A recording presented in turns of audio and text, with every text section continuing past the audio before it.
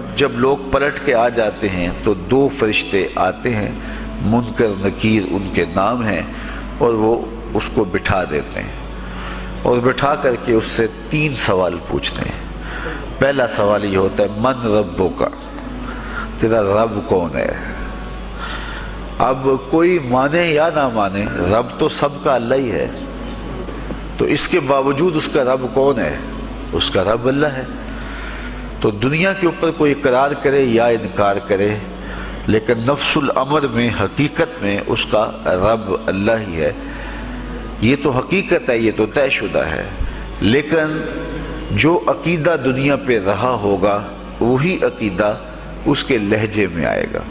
اگر اس نے عملاً، رویتاً، قولاً، فعلاً اپنے اللہ کو اپنا رب مانا، رب کہتے ہیں کسی چیز کی تربیت اس کی استعداد ذاتیہ کے مطابق کرنے والا رب کہلاتا ہے۔ تو اللہ تعالیٰ جل شانہ ہم سب کا خالق بھی ہے، مالک بھی ہے، رازق بھی ہے، اور ہماری ضروریات کا وہ کفیل بھی ہے۔ وہ ہمارا رب ہے، اور صرف ہمارا رب ہی نہیں ہے، رب العالمین ہے، پورے جہانوں کا رب ہے، پوری کائنات کا رب ہے۔ خالق بھی سب کا وہی ہے اور رب بھی سب کا وہی ہے۔ جو اسے مانتا ہے اسے بھی رزق دیتا ہے، جو نہیں مانتا تو اس کے لیے بھی رزق کے دروازے بند نہیں کرتا۔ حضرت ابراہیم علیہ السلام کی عادت یہ تھی کہ جب تک کوئی مہمان نہیں آ جاتا تھا اتنی دیر تک کھانا نہیں کھاتے تھے۔ بھوک لگتی تو کوئی مہمان ڈھونڈتے تاکہ اس کے ساتھ بیٹھ کے کھانا کھاؤں۔ کھانا جتنا بھی مرغن اور جتنا بھی جو ہے وہ پرتکلف کیوں نہ ہو، اگر مہمان کے ساتھ کھایا جائے گا تو اس کا قیامت کے دن کوئی حساب نہیں ہوگا۔ تو مہمان کے ساتھ وہ کھانا کھایا کرتے تھے۔ مہمان اللہ کی رحمت ہوتا ہے۔ اچھا، وہ ایک دن مہمان ڈھونڈنے نکلے تو ایک بوڑھا شخص ملا تو اسے اپنے ساتھ گھر میں لے آئے، بٹھایا دسترخوان پہ۔ جب کھانے کا وقت آیا تو کہا کہ اللہ کے نام سے شروع کرو۔ اس نے کہا میں تو اللہ کا نام نہیں لوں گا، میں تو بتوں کا پجاری ہوں، بتوں کو پوجنے والا ہوں۔ حضرت ابراہیم علیہ السلام نے کہا کہ تیرے ساتھ میرا تعلق کوئی کاروباری، کوئی ذاتی، کوئی اور تو ہے نہیں، میں رب کے لیے ہی تو تجھے کھلا رہا ہوں، اور اگر تو رب کا نام ہی نہیں لے گا تو پھر میرا تیرا رشتہ کیا باقی بچتا ہے؟ اس نے کہا میں چند لقموں کے لیے اپنے بتوں سے بے وفائی نہیں کر سکتا۔ وہ غالب نے کہا تھا نا کہ وفاداری بشرط استواری اصل ایمان ہے، مرے بت خانے میں تو کعبے میں گاڑو برہمن کو۔ اس نے اپنے انداز میں ایک بات کی تھی کہ وفاداری بڑی چیز ہوتی ہے، تو اس نے بتوں سے وفاداری کا بھرم رکھا۔ اس نے کہا کہ میں چند لقموں کے لیے جو ہے وہ تیرے رب کا نام لوں اور اپنے معبودان کا نام چھوڑ دوں، یہ نہیں ہو سکتا۔ آج تو لوگ چائے کی پیالی پہ دین بیچ رہے ہیں، کیا آج ممبر و محراب فروخت نہیں ہو رہے؟ لیکن اس بوڑھے شخص نے کہا کہ میں چند لقموں کے لیے، چند ٹکڑوں کے لیے میں اپنے بتوں سے بے وفائی نہیں کر سکتا۔ حضرت ابراہیم نے کہا تو اگر بتوں کے ساتھ اتنی محبت رکھتا ہے تو پھر میں بھی رب کے نام کے علاوہ تجھے دینے پہ آمادہ نہیں ہوں۔ وہ دسترخوان سے اٹھ کے چلا گیا۔ وہ چلا گیا تو جبریل امین حاضر خدمت ہوئے، رب کا سلام دیا۔ اے ابراہیم، رب سلام دیتا ہے اور فرماتا ہے تو نے آج میرا ایک بندہ ناراض کر دیا۔ یا اللہ، وہ تیرا بندہ تھا، اس کو تو تیرا نام لینا بھی گوارا نہیں تھا۔ کہا ابراہیم اس کی عمر کتنی ہوگی؟ یا اللہ 80 سال کے قریب ہوگی۔ کہا اتنا عرصہ ہو گیا میں اس کو رزق دے رہا ہوں، تو ایک دن نہیں کھلا سکا۔ اب ابراہیم علیہ السلام اس کو ڈھونڈنے نکلے ہیں۔ وہ کسی پہاڑ پہ چڑھ رہا تھا، دور سے آواز دیو میاں آ جاؤ، کھانا ٹھنڈا ہو رہا ہے۔ اس نے کہا تم تو بڑے سخت تھے، لہجے میں، رویے میں تبدیلی کیسے آ گئی؟ کہا کہ اسی رب کا پیغام آیا ہے کہ مجھے اتنا عرصہ ہوا اسے کھلاتے ہوئے، وہ مجھے نہیں بھی مانتا تھا، پھر بھی میں اس کی ضروریات کو پورا کرتا رہا ہوں، اور تم ایک دن نہیں دے سکے، تو آؤ کھانا ٹھنڈا ہو رہا ہے۔ کہا تیرے رب کا نام نہیں لوں گا، کہا نہ لینا۔ کہا اتنی تبدیلی؟ کہا اسی رب کا سندیش آیا ہے، اسی رب کا پیغام آیا ہے۔ کہا پھر کھانا بعد میں کھاؤں گا، پہلے اپنے رب کا مجھے غلام بنا لے۔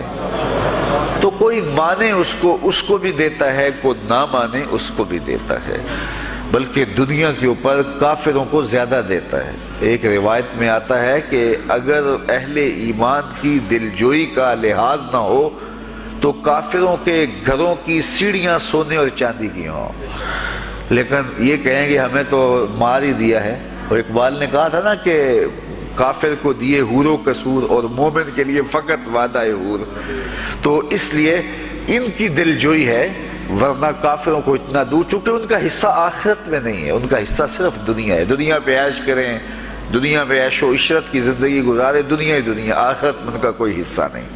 اور مومن کا آخرت میں حصہ ہے، اور دنیا کے اوپر جو تکلیفیں آتی ہیں ان تکلیفوں کا بدلہ اس کو قیامت کے دن دیا جائے گا۔ بلکہ صحیح حدیث میں آتا ہے کہ جب اہل بلا کو ان پر آنے والی مصیبتوں کا صلہ دیا جائے گا تو لوگ آرزو کریں گے کاش ہمارے بدن کو لوہے کی کینچیوں سے کاٹ دیا ہوتا، اور دنیا کے اوپر ہمیں بھی تکلیفیں، اذیتیں، آلام و مصائب آئے ہوتے۔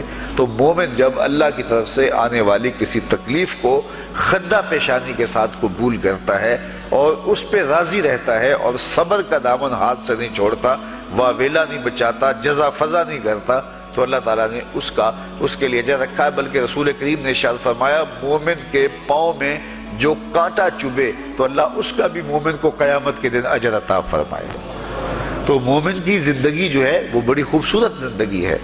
تو دنیا کے اوپر جو اسے مانتا ہے اللہ اسے بھی عطا کرتا ہے، جو اس کا انکار کرتا ہے اللہ اسے بھی عطا کرتا ہے، اس لیے کہ اس کی شان ہے کہ وہ رب ہے اور وہ سب کا لحاظ کرتا ہے اور سب کی ضروریات کو پورا کرتا ہے۔ پھر ہر شخص کی ضروریات الگ الگ ہیں، میری ضرورت الگ ہے، آپ کی کوئی اور ضرورت ہوگی، اور سب کی ضرورت کا اس نے لحاظ رکھا ہوا ہے۔ پھر بہائم کی، چوپایوں کی، حشرات الارض کی، پرندوں کی مختلف ضروریات ہیں۔ اڑنے والوں پرندوں کی ضروریات الگ ہے، پانی کے جانوروں کی ضروریات الگ ہیں، اس طرح حشرات الارض کی ضروریات الگ ہیں اور درندوں کی ضروریات الگ ہیں۔ یہاں تو ہم ایک آدھ کلو گوشت ہو تو گھر کے سارے افراد اس سے گزارا کر لیتے ہیں، لیکن شیر کو اور چیتے کو جو ہے وہ منوں کے حساب سے روزانہ چاہیے، رب ان کو روزانہ فراہم کرتا ہے۔ یہ پنساری کے پاس جائیں، اگر آپ کو ڈاکٹر یا حکیم لکھ دے کہ یہ آپ کو خالص سچے موتی چاہیے، اس کی کوئی چیز آپ کو بنا کے دیں گے تو آپ ہزاروں لاکھوں روپے خرچ کرتے ہیں، پھر بھی بعض کا اعتماد نہیں ہوتا کہ یہ بالکل 1 نمبر ہے یا 2 نمبر۔ تو رتی ماشی اور تولوں کے اندر آپ ان کو خریدتے ہیں اور وہ بھی آپ کو گمان ہوتا ہے کہ پتہ نہیں خالص ہیں یا ناخالص، لیکن دنیا کے اوپر لاکھوں کروڑوں پرندے پائے جاتے ہیں، جانور پائے جاتے ہیں، ہنس، اور وہ کھاتا ہی سچے موتی ہے۔ صبح کو بھی، شام کو بھی، دوپہر کو بھی اللہ سب کو پیٹ بھر کے کھانے کے لیے عطا فرماتا ہے۔ تو جس کی جو ضرورت ہے وہ رب ہے، اس ضرورت کو پورا کرتا ہے۔ تو ہم اگر اللہ تعالیٰ کو رب مان لیں حقیقی معنوں کے اندر تو ہماری زندگی کی پریشانیاں، ہماری زندگی کے دکھ مٹ جاتے ہیں۔ مصیبتیں اس وقت آتی ہیں اور اس وقت پریشانی لگی رہتی ہے، دھڑکا لگا رہتا ہے کہ جب انسان جو ہے وہ سمجھتا ہے کہ میں ہی جو ہے وہ کچھ کرنے والا ہوں۔ وَمَا مِن دَابَّةٍ فِي الْأَرْضِ إِلَّا عَلَى اللَّهِ رِزْقُهَا، زمین پر چلنے والی، رینگنے والی کوئی چیز نہیں جس کا رزق اللہ کے ذمہ کرم پہ نہ ہو۔ تو جب انسان اس عقیدے کو اپنی روح میں، اپنے باطن میں اتار لیتا ہے تو پھر اس کی زندگی سوکھی ہو جاتی ہے کہ وہ میرا خالق بھی ہے اور وہ میرا رب بھی ہے۔ اور یہ یقین انسان کی زندگی کے اندر اعتماد، روشنیاں اور توکل بھر دیتا ہے۔ بلکہ ایک حدیث میں آیا کہ جس طرح توکل کرنے کا حق ہے اگر وہ تم ادا کرو تو اللہ تمہیں ایسے رزق عطا فرمائے جس طرح پرندوں کو عطا فرماتا ہے۔ وہ جب صبح نکلتے ہیں تو ان کے پیٹ خالی ہوتے ہیں اور انہیں پتہ نہیں ہوتا کہ کہاں سے رزق مل رہا ہے، اور جب وہ شام کو آتے ہیں تو ان کا پیٹ بھرا ہوا ہوتا ہے۔ بند توکل پنچھی اڑ دے، خرچ نہ پلے زیرہ ہو۔ سلطان بہو فرماتے ہیں کہ انہیں کوئی نہیں پتا ہوتا کہ فلاں جگہ پہ جانا ہے، لیکن کبھی ایسا نہیں ہوا کہ وہ بھوک سے مر گئے ہوں اور انہیں کچھ ملا نہ ہو، تو وہ خالی پیٹ کبھی نہیں آتے۔ وہ اللہ تعالیٰ ان کو رزق نصیب فرماتا ہے، وہ سب کا رب ہے۔ تو اگر ہم اپنے رویے سے، اپنے عمل سے، اپنے عقیدے سے واقعی اللہ کو رب مانتے ہیں، تو پھر قبر میں جب سوال ہوگا من ربو کا، تیرا رب کون ہے، تو پھر کبھی بھی جواب دیتے جھجک محسوس نہیں ہوگی۔ بندہ عرض کرے گا رب اللہ، میرا رب اللہ ہے اور میں اسی کو اپنا رب مانتا ہوں، میری ضروریات کی کفالت بھی اسی کے ذمہ کرم پہ، اور میرا تیقن، میرا یقین کہ وہ میرا رب ہے۔ یہ پہلا سوال ہوگا۔ دوسرا سوال قبر میں ہوگا، اور وہ یہ ہوگا کہ ما دینوں کا، تیرا دین کون سا ہے؟ مختلف ادیان دنیا کے اوپر موجود ہیں، لیکن اسلام کے بعد اب کسی اور دین کو قبول نہیں کیا جائے گا۔ ارشاد فرمایا کہ اللہ تعالیٰ اسلام کے علاوہ کسی اور دین کو قبول نہیں کرے گا۔ تو یہ اگر میں اپنے عمل سے، اپنے رویے سے، اپنے طرز زندگی سے، اپنے انداز معاشرت سے اسلام کو اپنے اوپر غالب کر لیا، تو پھر قبر میں جواب دیتے ہوئے کوئی جھجک محسوس نہیں ہوگی۔ بندہ عرض کرے گا کہ دینی الاسلام، میرا دین اسلام ہے، میرا طرز زندگی، میرا انداز معاشرت، میرا سبھی کچھ اسلام کی مطابقت میں تھا، اور میں اسی کو اپنا دین مانتا ہوں، صرف زبان سے نہیں، اپنے رویے سے بھی، اپنے طرز زندگی سے بھی، اپنے انداز معاشرت سے بھی۔ تو یہ جو ہم اسلام کے دائرے میں داخل ہوتے ہیں اور ہم اپنے دین کو اسلام قرار دیتے ہیں، تو دین انسان کی زندگی کے تمام شعبوں پر حاوی ہوتا ہے، اور اس کا طرز زندگی، اس کا انداز معاشرت اس کی مطابقت میں ہونا چاہیے۔ تو قبر میں یہ سوال پوچھا جائے گا کہ تیرا دین کیا ہے، باوجود کہ اللہ تعالیٰ جل شانہ کو پتہ ہے کہ اس کا دین کیا تھا، اللہ کو پتہ ہے کہ یہ کس کو رب مانتا تھا، لیکن قبر میں یہ سارا سلسلہ ہوگا، اور صحیح احادیث کے اندر ان سوالوں کا تذکر آیا ہے کہ یہ سوال پوچھے جائیں گے کہ تیرا دین کیا ہے۔ اب اس نے اگر اپنا طرز زندگی، اپنا انداز معاشرت اسلام کی مطابقت میں رکھا ہوگا، اور دین کو اس نے دین سمجھا ہوگا، اسلام کو ہی اپنا دین، عملاً، رویتاً، ہر خوشی غمی کے موقع پہ اس نے اسلام کو ہی ترجیح دی ہوگی، تو پھر اس کو کوئی جھجک نہیں ہوگی جواب دیتے ہوئے کہ میرا دین اسلام ہے، میرے شب و روز، میری زندگی کے نشیب و فراز، میری زندگی کی کا گوشہ جو ہے وہ اسلام کی مطابقت میں گزرتا تھا۔ تو پھر وہ سیدھا سیدھا جواب دے گا دینی الاسلام۔ اس لیے ہمیں اس سوال کی تیاری بھی کرنی چاہیے کہ ہماری نجی زندگی ہو یا ہماری اجتماعی زندگی ہو، ہماری گھریلو زندگی ہو یا ہماری معاشرتی زندگی ہو، ہماری ذاتی زندگی ہو یا ہماری سیاسی زندگی ہو، ہماری جس طرح کی بھی زندگی کے جو بھی شعبہ جات ہیں، سب میں ہم دین کو غالب کریں۔ ہم صرف مسلح کے مسلمان نہ بنیں کہ 5 نمازیں پڑھ لیں اور ہم کہتے ہیں مسلمان ہیں، روزے رکھ لیے، تراویح پڑھ لی، اور ہم نے جو ہے وہ زکوٰۃ دے دی اور حج کر لیا، تو اس سے ہم مطمئن ہو گئے کہ ہم مسلمان ہیں۔ اسلام ایک مکمل اور اکمل اور کامل ضابطۂ حیات ہے، اپنے ماننے والوں کو زندگی گزارنے کا پورا اسلوب اور مکمل کامل رہنمائی دیتا ہے۔ ہم نے ہمسایوں کے ساتھ سلوک کیسے کرنا ہے، یہ ہمیں اسلام بتاتا ہے۔ ہم نے بیوی کے ساتھ سلوک کیا کرنا ہے، یہ ہمیں اسلام بتاتا ہے۔ اولاد کی تربیت کیسے کرنی ہے، اسلام کی واضح تعلیمات ہیں۔ ہم نے سفر کرنا ہے تو انداز سفر کیا ہونا چاہیے، اسلام نے ہمیں بتایا۔ کاروبار کرنا ہے تو ہم جو ہے وہ کیا کاروبار کو مارکیٹ سے سیکھیں گے یا اللہ اس کے رسول سے سیکھیں گے، تو ہمیں اللہ اس کے رسول نے واضح 2 ٹوک اور سیدھے سیدھے احکام دیے ہیں کہ تم جب کاروبار کرو تو تم جو ہے وہ اس انداز کے ساتھ کاروبار کرو، کم نہیں تولنا، کم نہیں ناپنا، جھوٹی قسم نہیں کھانی، سود نہیں لینا۔ تو یہ ساری چیزیں، ملاوٹ نہیں کرنا، ایک ایک چیز جو ہے وہ اسلام نے ہمیں فراہم کی ہوئی ہے۔ تو پورا دین جو ہے جب ہم اختیار کریں گے، ہمارے رویے، ہمارا طرز زندگی، ہمارا انداز معاشرت جب دین اسلام کے مطابق ہوگا، تو قبر میں اس سوال کا جواب دینا ہمارے لیے کوئی مشکل نہیں ہوگا۔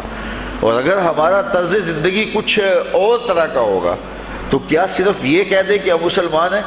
یہ تو پھر ایک کافر بھی کہہ سکتا ہے کہ میرا دین اسلام ہے، ایک منافق بھی کہہ سکتا ہے کہ میرا دین اسلام ہے، لیکن ایسا نہیں ہوگا۔ جو ہماری کیفیت قلب ہوگی قبر میں اس کا جواب اس کی مطابقت میں آئے گا۔ وہاں یہ دنیا کے معاملے یا دنیا کی یادداشتیں نہیں ہوگی، وہاں کیفیت قلب کے مطابق جواب دیا جائے گا۔ یہ کافر جواب نہیں دے سکے گا کہ میرا رب اللہ ہے، کیونکہ وہ عمل سے، رویے سے اس کو اپنا رب نہیں مانتا ہے، تو حقیقتاً تو اس کا رب اللہ ہے، لیکن وہ یہ جواب نہیں دے پائے گا۔ اسی طرح جو شخص اپنے طرز زندگی کے اندر اسلام کو داخل نہیں کر چکا ہے اور اسلام کو اس نے اپنا ہادی رہنما نہیں بنایا ہے، تو وہ قبر میں اس سوال کا جواب کیسے دے سکے گا کہ میرا دین اسلام ہے، چونکہ اس کا رویہ، اس کا طرز زندگی اور اس کا انداز معاشرت ایسا نہیں رہا ہوگا۔ اس لیے ہمیں اپنی زندگی کے شب و روز کو اسلامی تعلیمات کے سانچے میں مکمل اور کامل طور پہ ڈھالنا ہوگا، تاکہ جب قبر میں سوال ہو تو ہم جواب دے سکیں کہ ہمارا دین اسلام ہے۔ تیسرا سوال جس پہ فیصلہ ہو جائے گا، اور اس کے بعد قبر میں یا جنت کا دروازہ کھول دیا جائے گا یا جہنم کی کھڑکی کھول دی جائے گی، وہ سوال تیسرا کیا ہوگا؟ اور وہ سوال بھی عقیدے کا ہے، بلکہ بخاری شریف کی ایک روایت کے مطابق 3 سوال نہیں ہوں گے، ایک ہی سوال ہوگا، اور وہ یہ تیسرا سوال ہوگا۔ فرشتے پھر پوچھیں گے حضور علیہ الصلوۃ والسلام کے روضہ دور سے اور قبر کے درمیان سے پردے ہٹا دیے جائیں گے، اور رسول کریم صلی اللہ علیہ وسلم سامنے ہوں گے، اور فرشتہ حضور کی طرف اشارہ کر کے کہے گا ما کنت تقول فی ھذا الرجل، ان کے بارے میں زندگی میں کیا کہا کرتا تھا۔ یہاں یہ نہیں ہے کہ تو نے کیا کہا تھا یا اب کیا کہتا ہے۔ جب مضارع کے اوپر کانا یا جو ہے وہ کانا کے مشتقات داخل ہوں تو پھر وہ ماضی استمراری کا جو ہے وہ معنی دیتا ہے۔ تو ما کنت تقول کا معنی یہ ہے کہ تو کیا کہا کرتا تھا، تیرا لہجہ کیا تھا، تیری زبان کیا تھی، ان کے بارے میں تیری رائے کیا تھی، تو کیا بولا کرتا تھا، کیا کہا کرتا تھا۔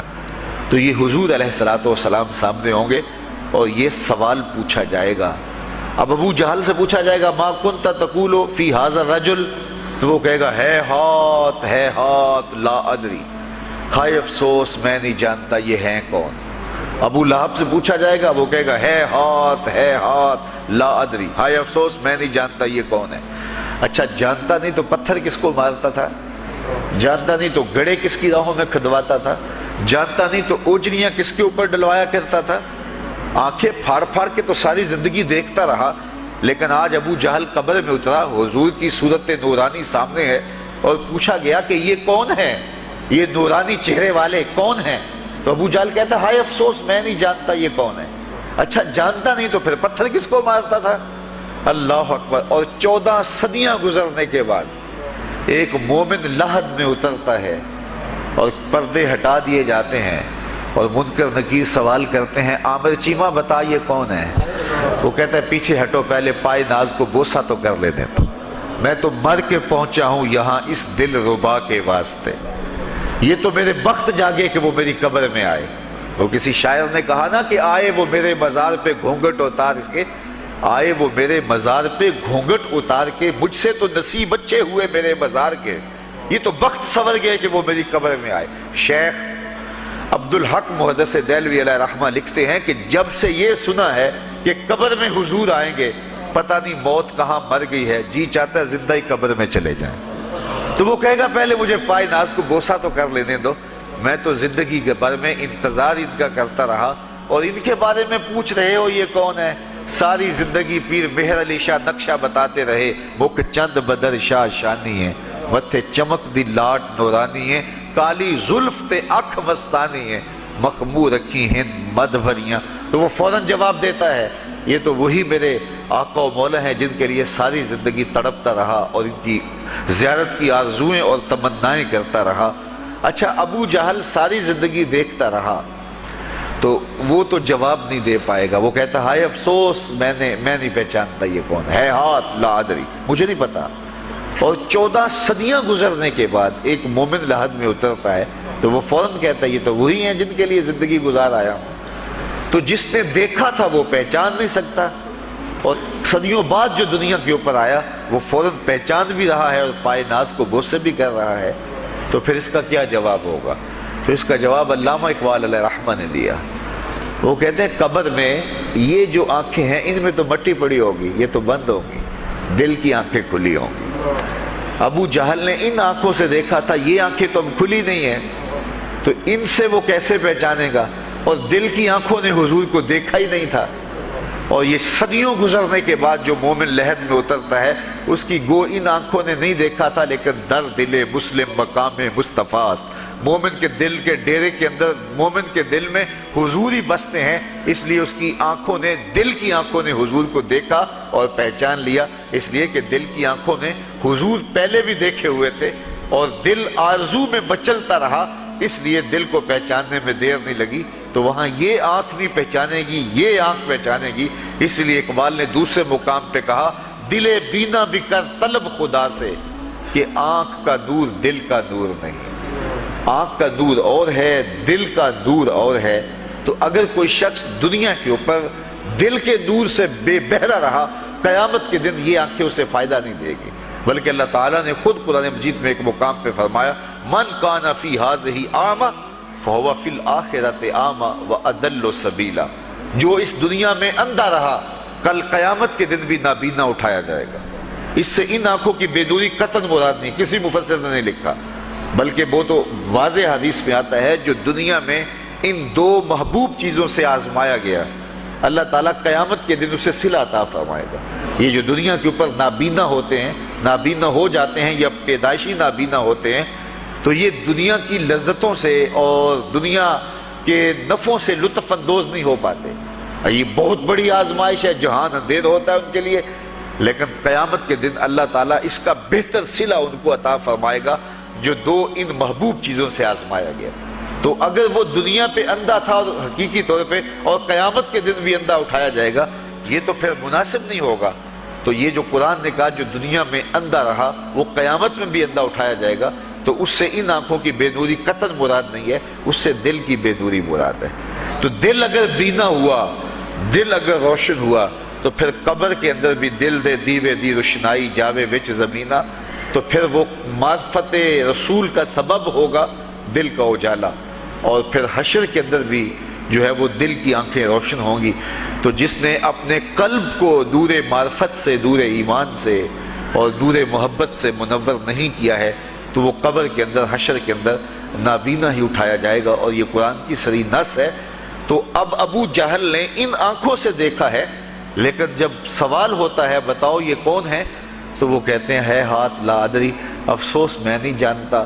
اور صدیاں گزرنے کے بعد ایک مومن لحد میں اترتا ہے، ظاہری ملاقات بھی نہیں ہے، جب اس سے پوچھا جاتا ہے یہ کون ہے، تو وہ کہتا ہوا محمد صلی اللہ علیہ وسلم، یہ تو وہی آقا ہے جن کے لیے ساری زندگی، جن کے تذکروں کی خوشبو سونگھتا رہا ہوں، تو مجھے تو جو ہے وہ ان کے پائے ناز کو بوسہ کر لینے دو۔ تو بتاؤ اس کے دل کی آنکھوں نے حضور کی معرفت حاصل کی اور حضور کو پہچان لیا، تو دل بینا بھی کر طلب خدا سے، کہ آنکھ کا نور دل کا نور نہیں۔ تو حضور علیہ السلام کے حوالے سے جب سوال ہوگا، اگر اس سوال کا جواب نہیں آیا تو پھر جہنم کی کھڑکی کھول دی جائے گی، اور اگر اس سوال کا جواب آیا تو پھر جنت کے دروازے کشادہ کر دیے جائیں گے، اور جنت کی ٹھنڈی ہوائیں اس کی قبر میں آ جائیں گی، بلکہ حدیث میں آتا ہے اسے کہا جائے گا کہ نم کنومت العروس، ایسے سو جا جس طرح دلہن سوتی ہے۔ اور وہاں سے لے کر کے حشر تک کا سفر جو ہے اس کے لیے بہت لمبا سفر نہیں ہوگا، وہ ایسے ہوگا کہ جو ہے وہ ایک خوبرو کے گلے سے ہار گرے گا اور وہ موتی ٹوٹ کے گر جائیں گے، اور وہ اس کو چننے میں مصروف ہو جائے گا، ابھی سارے موتی چن نہیں پائے گا کہ قیامت آ جائے گی۔ یہ مومن کے لیے اللہ نے آسانی رکھی، 50,000 سال کا دن ہوگا یوم محشر، لیکن جو مومن ہوگا اس کے لیے حشر کا اتنا بڑا دن ایسے ہوگا جتنا عصر کا وقت ہوتا ہے۔